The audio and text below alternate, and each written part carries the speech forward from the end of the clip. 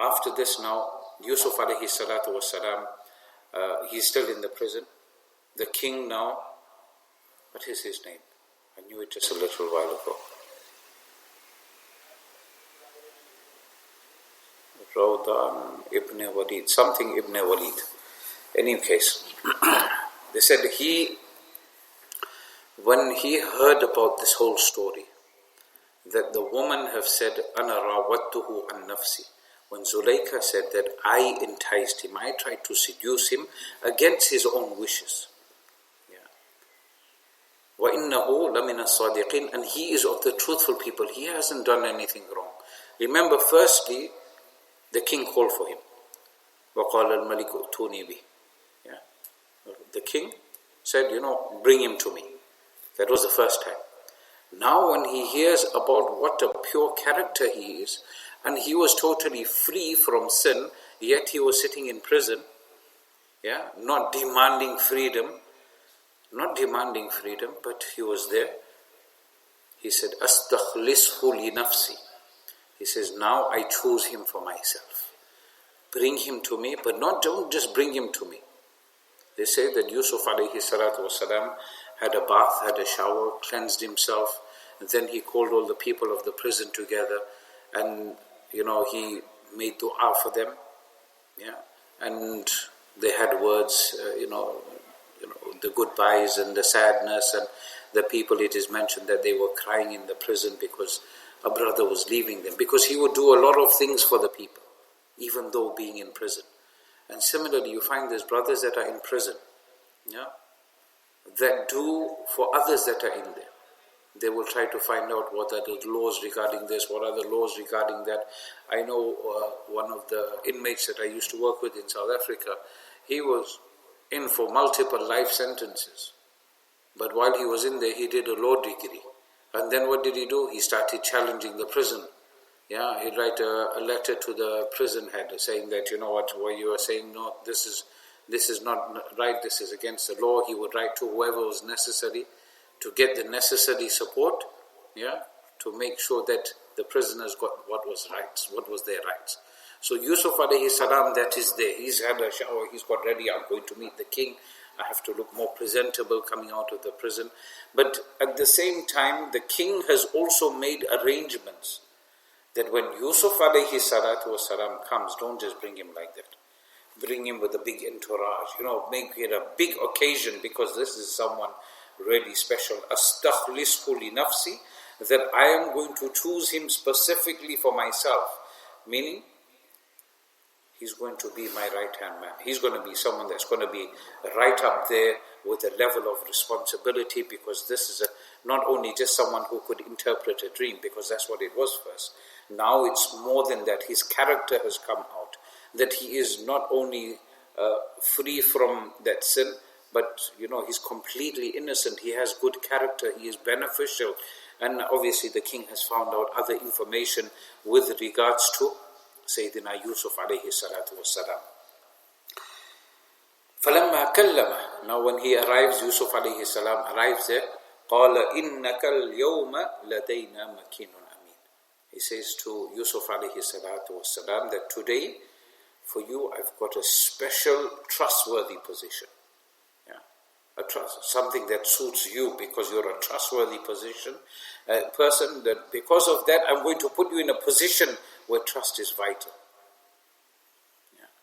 They say when he did this, Zulaykha said some couplets in Arabic, that all praises are due to Allah, that being who can take a slave from down here and elevate him to the highest of stages, because of their belief and their good deeds, because of their obedience to Allah Ta'ala.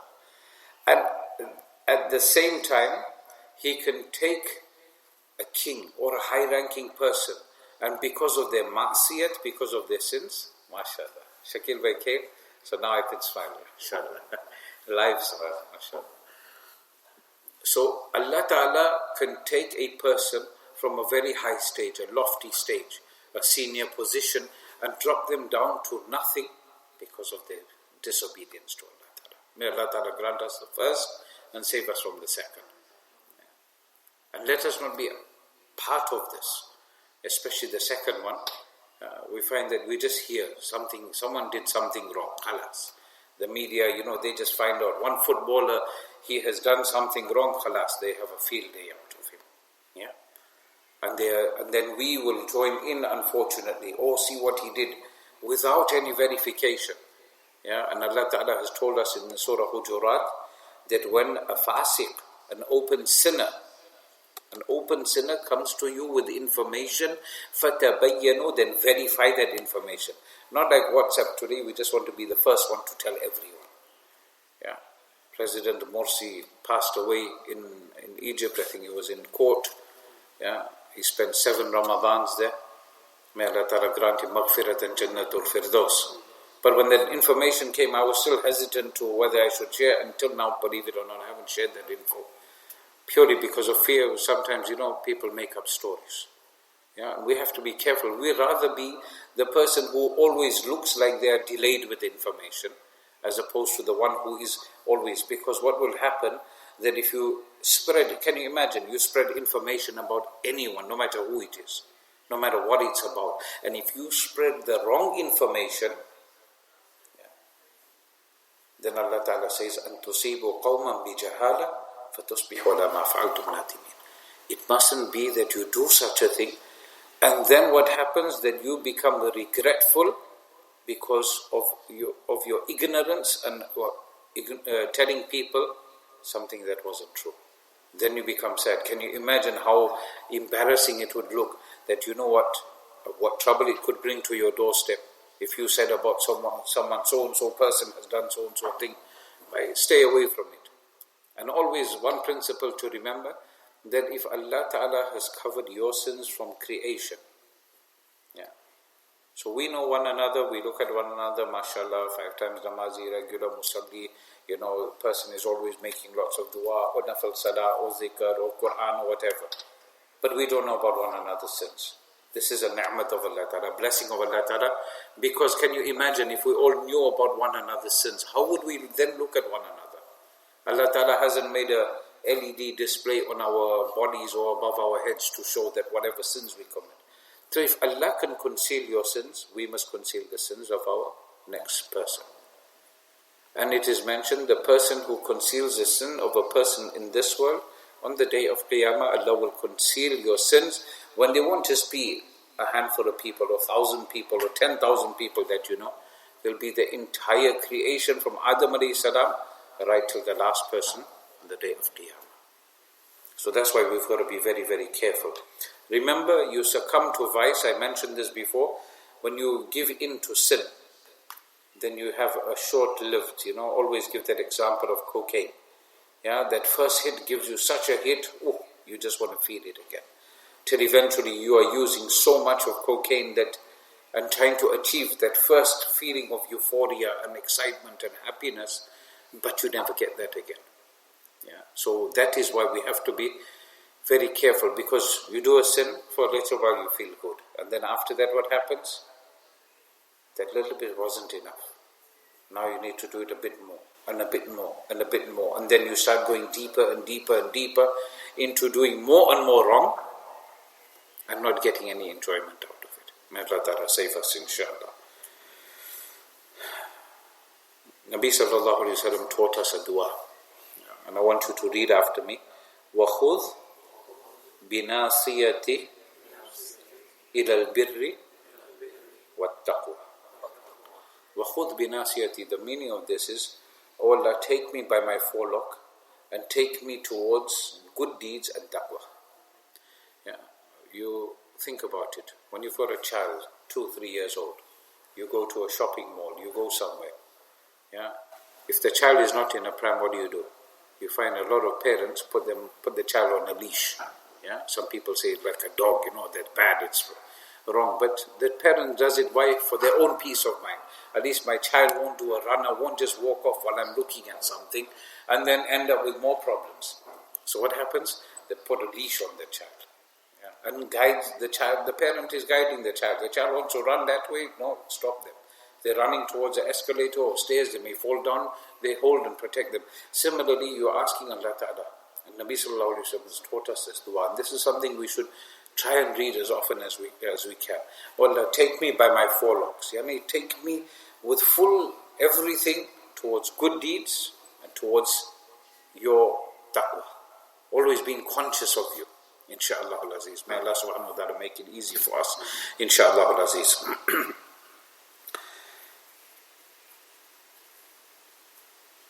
And remember, if Allah's mercy, as I said, if Allah's mercy has to leave us, then Allah Ta'ala save us. But our iman can go just like that. Just like that, a person is mentioned in the hadith, a time will come, a person is a mu'min, a believer in the morning, and by the evening he has done such actions, or she has done such actions that take them out of the fold of Islam. Or in the evening they were believers, and throughout the night they have done certain actions which take them out of the fold of Islam. We need to be very careful, especially, and you think about it, nighttime, what happens? It's holidays coming up. You're chilling with your mates, your family, your relatives, and you're sitting there talking, and one thing leads to another, and then now you start debating, and na'udhu billah, you end up saying something that takes you out of the fold of Islam, and you don't even realize. The worst is you come out of Islam and you don't even realize. Then you are reading salah, but your salah is not counted. You are living with your spouse, but your nikah is broken. Because the moment a person becomes a murtad, a person leaves deen, then immediately the nikah breaks. You know that, no? If you don't, then at least you know now, inshallah. Just remember this. So nikah would have to be redone. But now if they haven't done nikah, then that person is still in Islam, they're committing zina. So it's very, very important to be mindful of this. So now the king has now stipulated this place for Sayyidina Yusuf alayhi salatu wasalam. He sent the entourage and the cavalry and everyone to say, right, now go and bring him to us. And then he's brought there, and what happens to him?